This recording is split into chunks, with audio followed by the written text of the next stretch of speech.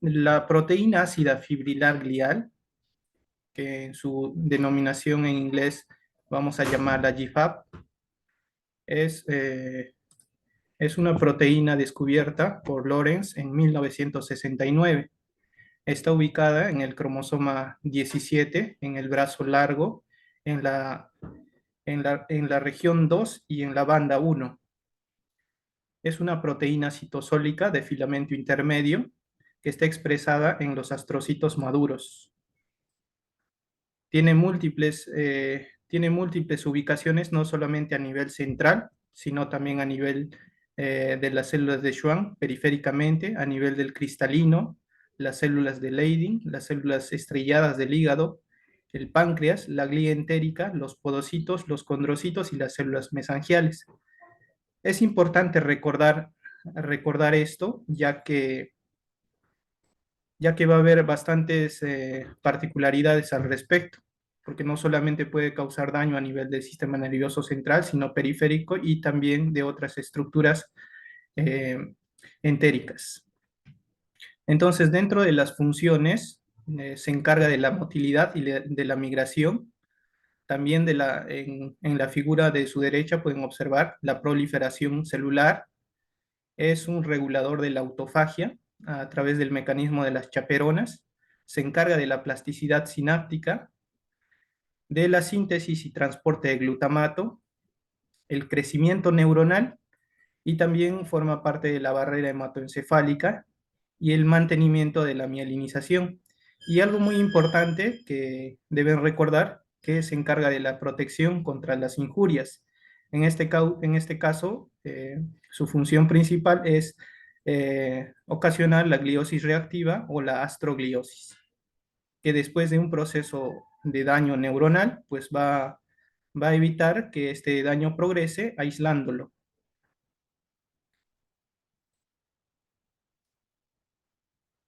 Existen 8 isoformas diferentes de esta proteína y la más importante que debemos recordar es la alfa.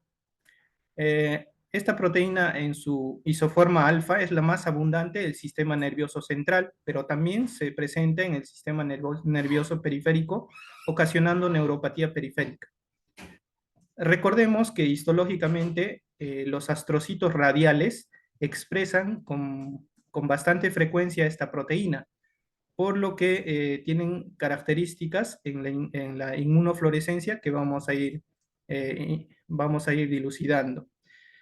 Estos astrocitos radiales se encuentran perpendiculares al ventrículo con dirección a la pía madre, y también hay circuitos profundos que van hacia la sustancia gris. Esto también es importante recordarlo porque ya vamos a ir viendo las imágenes que son bastante particulares. Definiendo, es una enfermedad inflamatoria, inmunomediada y desmielinizante del sistema nervioso central. Actualmente es considerada también como una demencia rápidamente progresiva debido a que simula muy bien una encefalitis autoinmune. Cuenta con un espectro de fenotipos clínicos bastante amplio y en expansión, debido a que la primera forma descubierta fue la meningoencefalitis, que posteriormente fueron descubriendo mielitis asociadas, combinaciones con neuritis óptica, eh, también paquimeningitis, fueron viendo también síndrome de hipertensión endocraniana, neuropatía periférica, romboencefalitis, etc. Es sensible a inmunoterapia. Históricamente, pues desde el 2013 se hablaba ya de la meningoencefalitis necrotizante canina, que en ese entonces Gisuro describe a esta entidad en canes y veía que existían anticuerpos a nivel sérico y a nivel de LCR que presentaban algunos canes que cursaban con encefalopatía y con crisis epilépticas. En el 2016, el profesor Funk describe 16 pacientes por primera vez y hace referencia a la meningoencefalitis en humanos demostradas con anticuerpo anti-GFAP, IgG, sérico y en LCR positivos. Entonces, desde aquí ya se habla de esta entidad. Un año más tarde, Flanagan describe 102 casos en un análisis retrospectivo la coexistencia de anticuerpos, no solamente GFAP alfa, IgG, sino asociado a NMDA, a otros anticuerpos de encefalitis autoinmune. Un año después, Long también describe 19 pacientes con características clínicas, radiológicas y patológicas en pacientes con esta entidad, demostradas con el fenotipo GFAP alfa en IgG en LCR. En el mismo año también, Lee describe un caso de un paciente con esta entidad posterior a una encefalitis viral. Esto es importante recordarlo porque ya vamos a ir viendo cuáles son los desencadenantes. Dubey, el mismo año, describe 19 pacientes y demuestra que este anticuerpo, GFAP alfa, en su isoforma, IgG en LCR, es un marcador específico de meningoencefalitis autoinmune. Y en el 2021, Xiao describe y reporta 18 casos y hace un metaanálisis también de una revisión de 306 pacientes, en total 324 junto a sus casos, y ve que algunas de estas hacían recaídas en un 20 a 50%, y empieza a analizar y ver que necesitaban inmunosupresión a largo plazo para evitar las recaídas. En el 2022, un año después, Liao describe en 15 pacientes las características y los patrones de resonancia magnética de esta entidad. Epidemiológicamente, entonces, la relación entre varón-mujer no hay diferencia, aunque algunos reportes de caso describen que hay un predominio ligero en el sexo femenino. En adultos se da en 40 a 50 años, pero tenemos el rango bastante amplio. Se desconoce la incidencia y la prevalencia en este condado de Olmsted de Minnesota es 0.6 por 100.000 habitantes. 40% tiene antecedentes de infección respiratoria aguda. 25% asociación neoplásica riesgo bajo. Riesgo bajo hablamos menos del 30%. Riesgo intermedio entre 30 a 70 y riesgo alto de asociación neoplásica más del 70%. 20% de asociación a enfermedades autoinmunes que posteriormente vamos a ir hablando. Fisiopatológicamente, hasta el día de hoy, se desconoce cómo es la patogenia de esta entidad. Sin embargo, se han hecho estudios anatomopatológicos donde indican que está mediado por linfocitos T, CD8 específicamente, que hacen infiltración no solamente al parénquima, sino también a la meninge. Por eso que esta entidad es la meningoencefalitis, ¿no? Existen hasta la fecha algunas hipótesis de cómo podrían ser estos targets, ¿no? A la cabeza, vamos a empezar por de la figura de la derecha, superiormente, vamos a empezar con la letra D, el mimetismo molecular.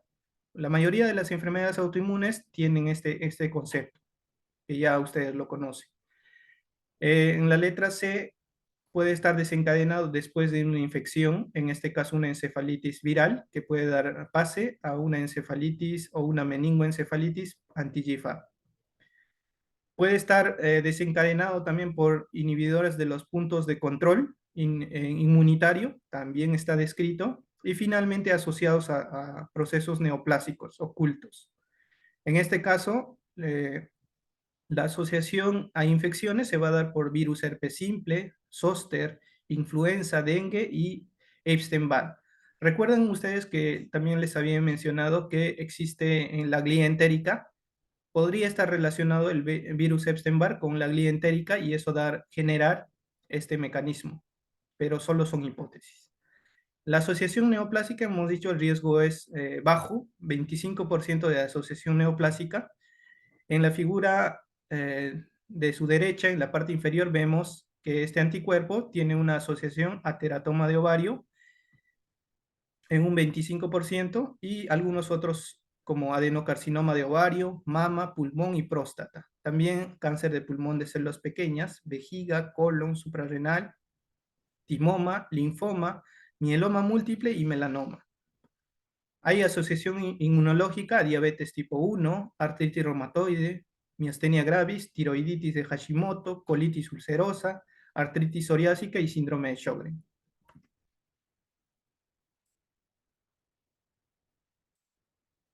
El cuadro clínico puede ser agudo, subagudo o crónico. Lo más frecuente es que sea subagudo y puede estar acompañado de un prodromo viral. Por ejemplo, pueden existir rinorrea, dolor de cabeza es lo más frecuentemente descrito, hasta en un 80%, fotofobia, fiebre. Por eso siempre debemos descartar que antes no sea un proceso viral que podría estar, o bacteriano que podría estar causando esta patología, ¿no? Recuerden que esta entidad es una patología de descarte. Odinofagia, tos, fatiga, malestar general. También está descrito rigidez de nuca, ya que su fenotipo más importante es la meningoencefalitis. Hasta en un 65% puede ir con signo de Kerning o Brunzinski, puede estar asociado a náuseas, vómitos, crisis epilépticas, disautonomías, alteraciones del sueño. Las disautonomías pueden estar asociadas siempre y cuando estén superpuestas con otros anticuerpos. Puede haber alteración cognitivo-conductual, psicosis y alteración del nivel de la conciencia, por lo que también es catalogado como una demencia rápidamente progresiva. Puede haber disminución de agudeza visual, aunque la mayoría de los pacientes solo manifiestan una pérdida visual leve, con edema de papila en su mayoría, disartria, hipoacusia, con neurosensitiva y neurosensorial, hipo, síndrome de secreción inadecuada de ADH y disminución de peso. Miren ustedes, en esta figura podemos observar el gran espectro de esta entidad. Lo más frecuente es la meningoencefalitis, en un 55%, seguida de una meningoencefalomielitis y algunas combinaciones, por ejemplo, mielitis aislada, neuritis aislada o combinación como una neuromielitis, un síndrome de área postrema, la romboencefalitis, la paquimeningitis hipertrófica, que puede ser aislada o estar combinada a artritis reumatoide con una meningitis reumatoidea. Y finalmente, lo que está ahorita describiéndose es la neuropatía periférica asociada a GPAP. El cuadro clínico puede estar caracterizado por movimientos anormales hasta en un 85%. Los tres más frecuentes, ataxia, temblor, mioclón.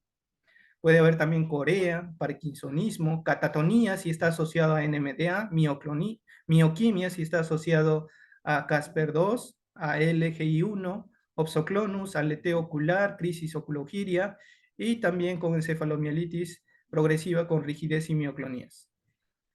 Y también la neuropatía periférica con predominio en extremidades inferiores que hemos ya detallado. En este gráfico de barras, a su derecha, se puede observar en un estudio que realizó Zank en 33 pacientes, un estudio retrospectivo, donde se ve las diferencias entre niños y adultos. Y adultos eran 18. Y podemos observar en rojo cuáles son las características clínicas más frecuentes en adultos. Por ejemplo, en en la parte medial podemos observar que los movimientos anormales son más frecuentes. Es una diferencia bastante significativa. Con respecto a fiebre, los niños es más frecuente, pero en adultos también se presenta en más del 50%. Dolor de cabeza de la misma forma más frecuente en adultos, las náuseas también, y el entumecimiento de las extremidades también es un síntoma muy frecuente en adultos. Y algo importante que no es clínico, sino laboratorial, la hiponatremia es más frecuente en los adultos, que podría estar asociado a un síndrome de secreción inadecuada de ADH. Los exámenes complementarios ya los conocemos desde lo básico hasta lo específico. Lo básico, siempre hay que descartar enfermedades infecciosas, VIH, RPR, antígeno método de superficie, aglutinaciones.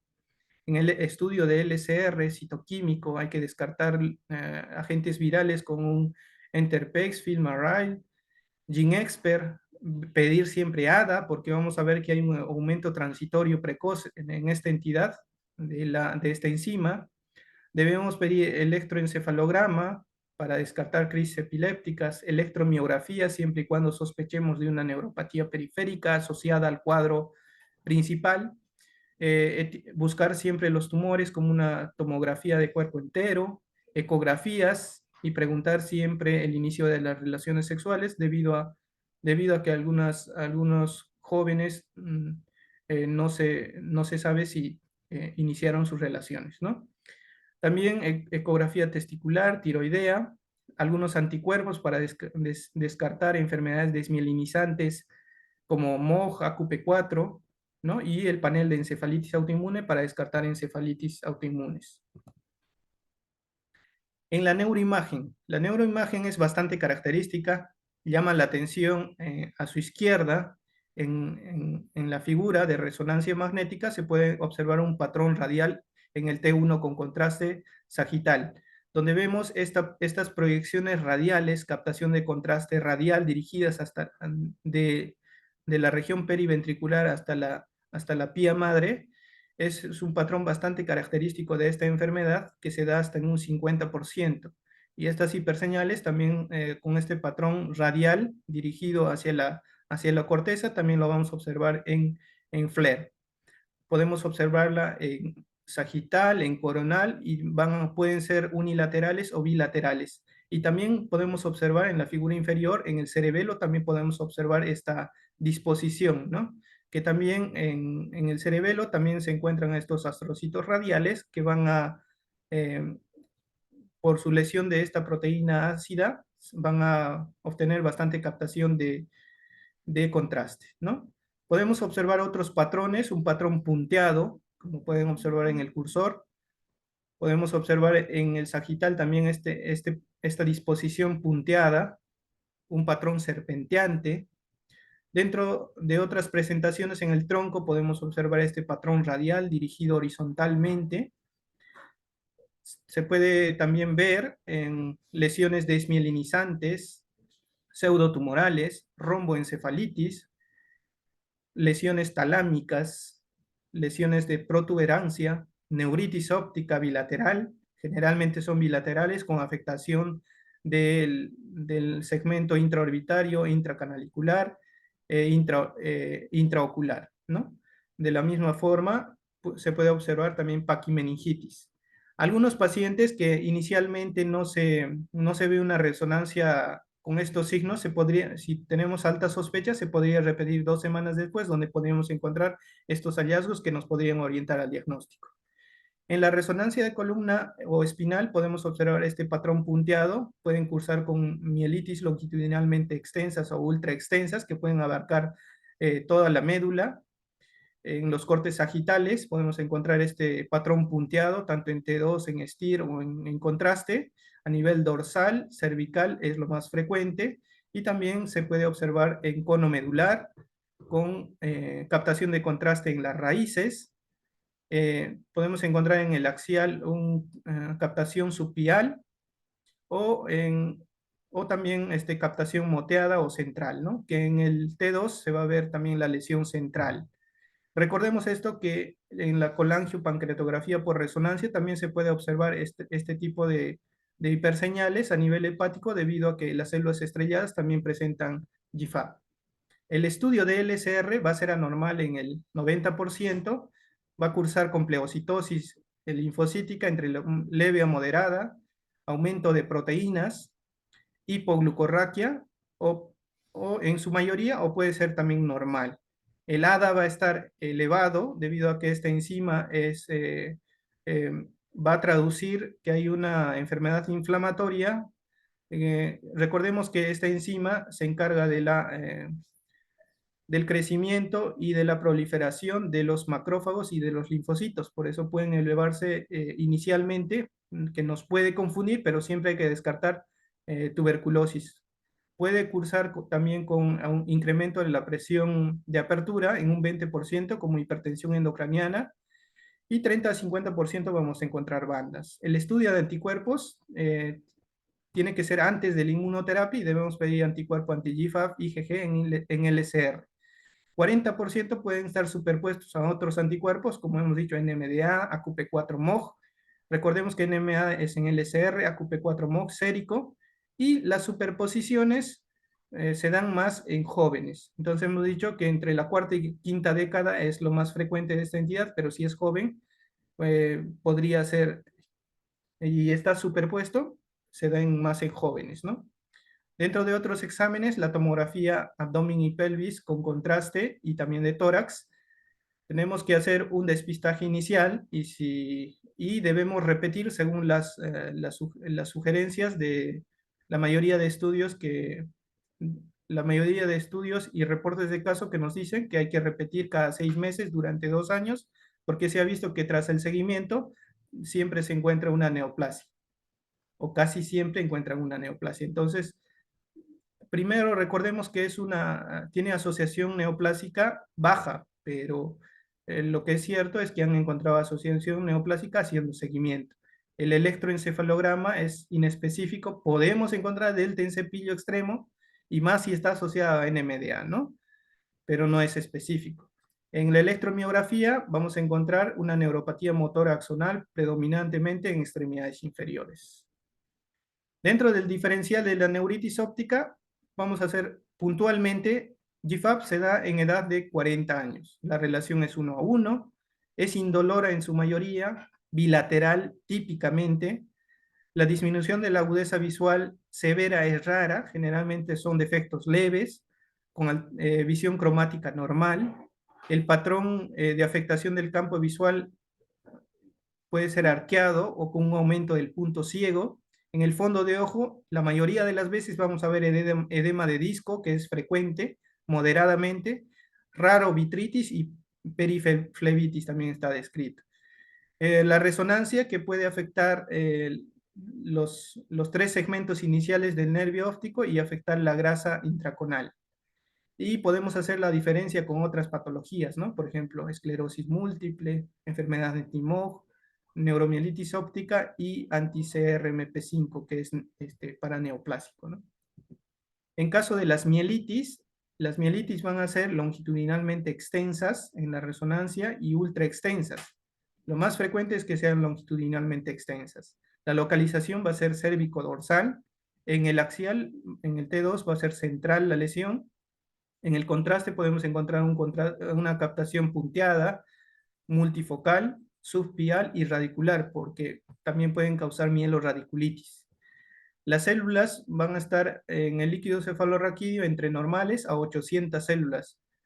Comparado a las demás mielitis, es una de las mielitis que más hace pleocitosis y también hiperproteinorraquia, entre 15 a 320 de proteínas, y la glucosa va a estar disminuido. No se sabe hasta la fecha por qué está disminuida la glucosa, y bandas oligoclonales en un 50% y ADA de 7 a 91.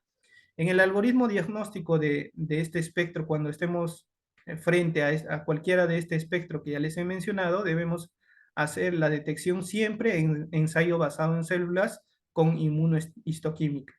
Si es que se hace en tejido basado en, si se hace ensayo basado en tejido, debemos siempre confirmar con un ensayo basado en células, y si es que es positivo, pues descartar otros tipos de enfermedades, porque hemos dicho que es una entidad de descarte. Y si hemos descartado y tiene clínica y paraclínica, pues lo encasillamos en una astrocitopatía anti-GFAP definida, ¿no? Pero si sale negativo y la clínica es sugestiva y la paraclínica también, y hemos descartado otro tipo de enfermedades, también podemos catalogarla como una astrocitopatía, pero sin anticuerpo. Ahora, si tenemos otros anticuerpos o se podrían superponer y encasillan con otros criterios diagnósticos en caso de MOGAD o en caso de desorden del espectro de neuromielitis óptica, vamos a definirlo, ¿no? Si es que se define, el síndrome puede ser una superposición entre GFAP o alguno de los otros anticuerpos de enfermedades desmielinizantes o encefalitis autoinmunes, ¿no? En la parte superior de su derecha se puede observar el ensayo basado en tejido, y en la parte inferior el ensayo basado en células, y en la parte derecha la inmunohistoquímica, ¿no? Tiene que ser corroborado para estar en el diagnóstico correcto. El tratamiento, ya ustedes conocen, terapia de primera línea, metilprednisolona, inmunoglobulina, recambio plasmático. La de segunda línea se puede utilizar rituximab, ciclofosfamida. Y la terapia de mantenimiento, debido a que 20 a 50% hacen recurrencia, hay que darles azatioprina, micofenolato, ¿no? Cualquiera de ellos. Las complicaciones van a ser en esta disautonomía, hipoventilación central, estado epiléptico si está asociado a otros anticuerpos, sepsis, los pacientes pueden desarrollar neumonía, infecciones urinarias que pueden complicar su pronóstico. En la mayoría, el pronóstico es bueno debido a que son córticos sensibles. Y como conclusión, hay que recordar que este espectro todavía está en expansión, es una entidad en expansión clínica y radiológica. Debemos sospecharla después de haber descartado otras enfermedades más frecuentes, considerar la coexistencia con neoplasias y otros anticuerpos. Actualmente es posible el diagnóstico por CBA más inmunohistoquímica. Y bueno, eso sería todo. Muchas gracias. Si